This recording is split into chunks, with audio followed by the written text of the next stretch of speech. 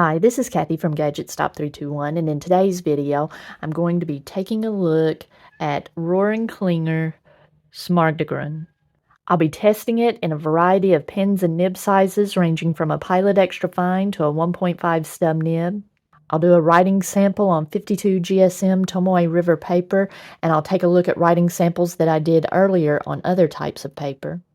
I'll compare Rohrer and Klingner Smaragdgrün to similar inks from my collection. And finally, I'll take a look at the results of my water resistance test. Teal and turquoise inks have trouble showing up correctly on my camera, so this review is going to be less about how the ink looks or the color of the ink and more about how it performs in the pen. In my glass dip pen, it came off the nib really quickly at first and would get really wispy pretty quickly. And so I would have to rotate the nib, and you can see it bounces back and forth between pretty wet and then wispy and dry. And you can see up here in the scribble how it came off the nib really quickly first and then got wispy very soon after that. With each of the swatches that I did with my tweezers, the ink would grab the paper pretty quickly, but had a lot of trouble holding on. And that was for each of the different types of paper that I tried making these swatches on. At the drip at the end of the swatch, I see a little halo of blue, and I see that in some of the heavier bits of writing as well. The base ink leans pretty heavily green, even though it looks pretty turquoisey blue from my camera. I'm going to begin with my Jinhao X750. It has a 1.5 stainless steel stub nib.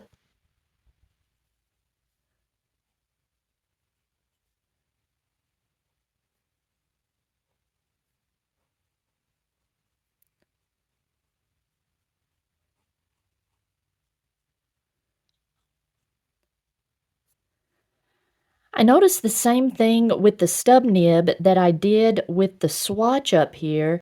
It grabbed onto the paper fairly well here at the beginning, but as I was writing, I had some areas. One spot was where I think there was some oil from my hands. The ink didn't want to grab the paper. But then there were other areas that I'm not sure what the issue was. I think it's just a property of the ink. It did not want to hold on to the paper here at the beginning. And on this paper, it felt glassy smooth. Now, on some of the other papers that I've written on, this ink felt really dry from this nib. It felt like I didn't have any ink at all. Actually, since this paper is so smooth, that's kind of what it felt like here. It felt glassy smooth, like there was no ink in the nib. I have a feeling this is what you would consider a watery ink. You can really feel the paper through the ink. There's not much lubricant to kind of cushion the nib.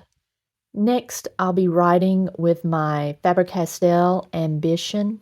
I've replaced the extra fine nib that came on this pen with a broad nib that I bought separately on eBay. It just came, the entire nib section came together, and so you just remove the old section and screw on the new one.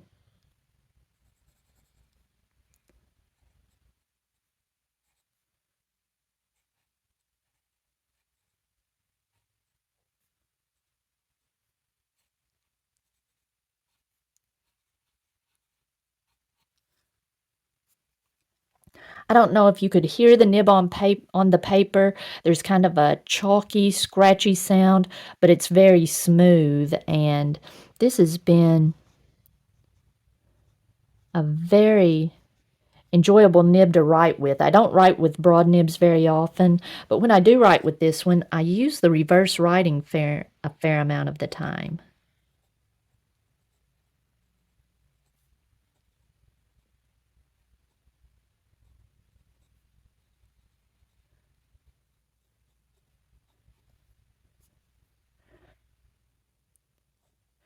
The reverse writing, I believe, was a little scratchy at first. I smoothed it a little bit, but it was wet enough that it's very usable. I really enjoy this color of ink, both turquoises and teals in this flamingo colored Ambition. Next, I've got my Platinum 3776. This one has a 14 karat medium nib.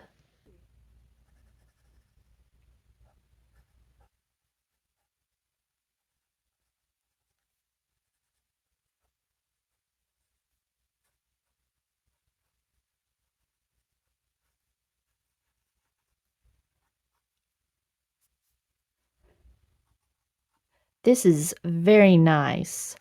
Um, this has been one of my favorite pens to use with this ink. Originally, I had my Platinum 3776 with the fine nib inked up because there's a similarly colored ink that I enjoyed using in it. It came in that set, that Voyager Colorverse set, Pale Blue Dot. I've always enjoyed using Pale Blue Dot in my fine 3776, but it was just too, I don't want to call it scratchy, but it felt like I was writing with that pen without any ink in it. It was very unpleasant. So I got this one out and gave it a try, and I've enjoyed it. I've enjoyed the writing samples with it. I thought that there's no need continuing writing with a nib that I know is unpleasant. So this has been nice.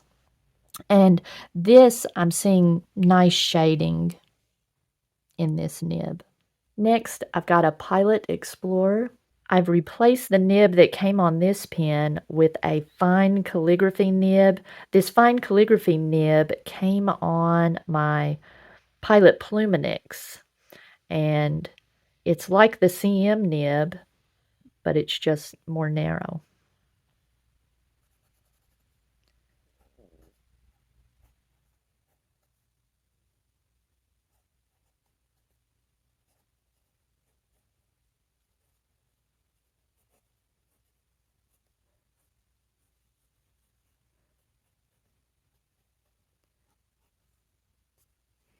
This was probably the nicest writing sample that I did with this pen, a nice and smooth paper.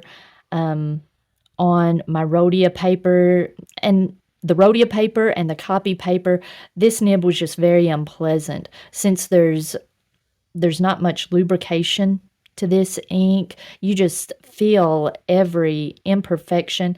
This felt pretty dry, and I don't think this is a pen and ink combination or a nib and ink combination that I would reach for, but if I had to use it, I guess I would say it would be okay. And I don't know if I sat here too long and let it dry out. All of these writing tests that I do, I just dip the nib. So let's see.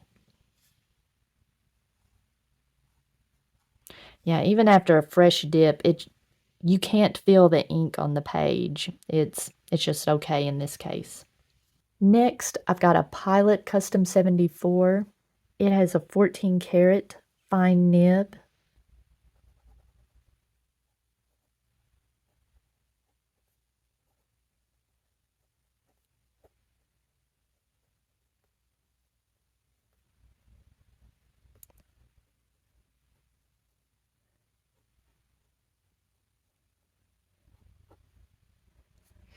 And as you can see, I mentioned that this every time I use this pen, and I've got, I think, a couple other Pilot fine nibs, that the upstroke is just very dry. Ends up giving your writing some character, but some people really don't like that dry upstroke. And this pen and ink combination in this smooth Pilot nib is nice, especially on this smooth Tomoe River paper. Next, I've got a Sailor Pro Gear Slim. It has a 14 karat fine nib.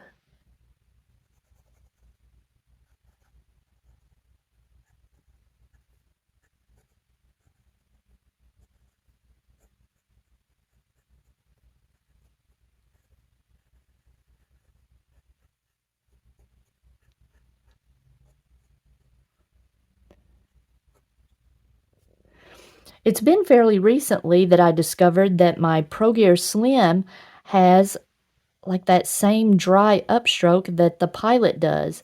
And when you're making strokes to the left, it's also a little bit drier than the strokes to the right. I had just always thought of this nib as overall a bit drier than the Custom 74, but when you look at the actual amount of ink that they're putting down, they're pretty similar.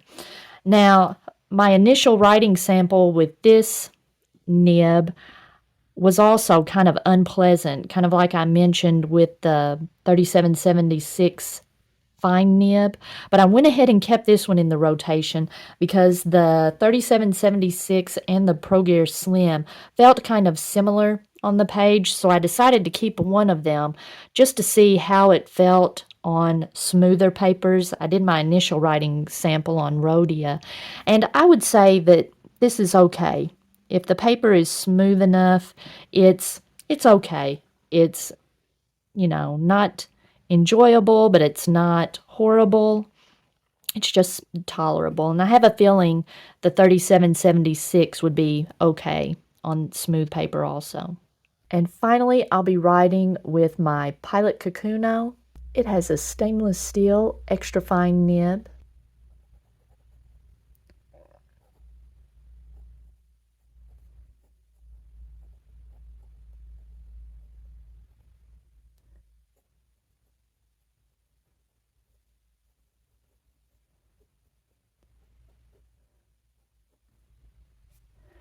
I was expecting this to feel a little bit better. This, I would say, I'm not even going to call it okay. It was too feedbacky. I wouldn't call it scratchy. It's just too feedbacky. I'll put a little sad face to denote that it was unpleasant. But you'll see on some of the other writing samples, it actually performed better than it did on the Tomoe River. That's kind of a surprise, but we'll get to that in a minute. I'm going to let this dry. Okay, most of the writing samples, I've got to say, I wasn't that fond of. You can see I tried to do the swatch twice and just couldn't get it to grab the paper.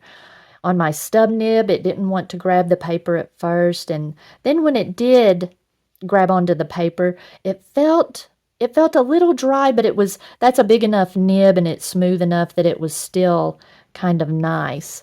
And one nice thing about it, I don't know if you'll be able to see it here, my lighting's not great today, but I'm seeing that halo effect. It's kind of blue around, a darker blue around the edges and the greener teal in the middle. It looks nice, but it wasn't, I wouldn't consider it enjoyable to write with. It wasn't horrible, just not enjoyable. The Ambition, the Faber-Castell broad nib, that was enjoyable. So the broad nib and the platinum medium and the Pilot Custom 74, the fine nib, it was nice. It was pleasant to write with. Now, I made a note, I had a fiber stuck in the tines that made it write a little fatter in this writing sample. But let's see, originally I had used a Pilot Explorer medium for the writing sample, and it just felt too dry. And I was having to exert just a little more force than I normally do to get the ink to grab onto the paper and to hold on. So I exchanged that Explorer medium for the Platinum medium, and I enjoyed that much more. And I exchanged the Pilot Custom 74 fine in place of the Platinum fine when I saw that I wasn't going to like it. And I didn't really enjoy any of the pens on copy paper. The Faber-Castell Ambition, that broad nib, was just too wet. The ink really soaks into the paper fast and kind of spread out a little bit. It looks good now that I'm looking at it. Each of the writing samples look okay. I just wouldn't consider it enjoyable. The writing experience wasn't enjoyable. And it did bleed through the paper a bit more than some of the other writing samples that I've done. This is a thicker copy paper than I typically use, so I have a feeling this would bleed through regular copy paper quite a bit. In my old bullet journal, my old Leuchtturm, it looks really good on this paper. You really see some nice shading and you get some of that halo effect. It's a nice looking ink. These green leaning teals, I know it looks blue here, but just imagine.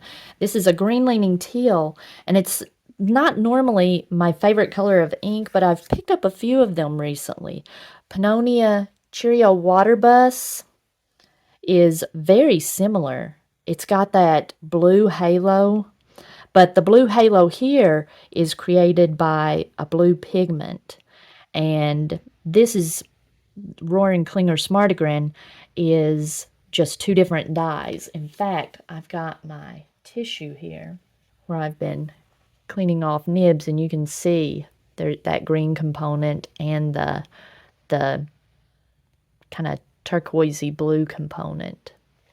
Lamy tourmaline is also very similar color, but it has, if you get a heavy enough swatch, I don't know if you can see it here, but this has a little pink halo. Let's see if you can see the one down here. That little drip there.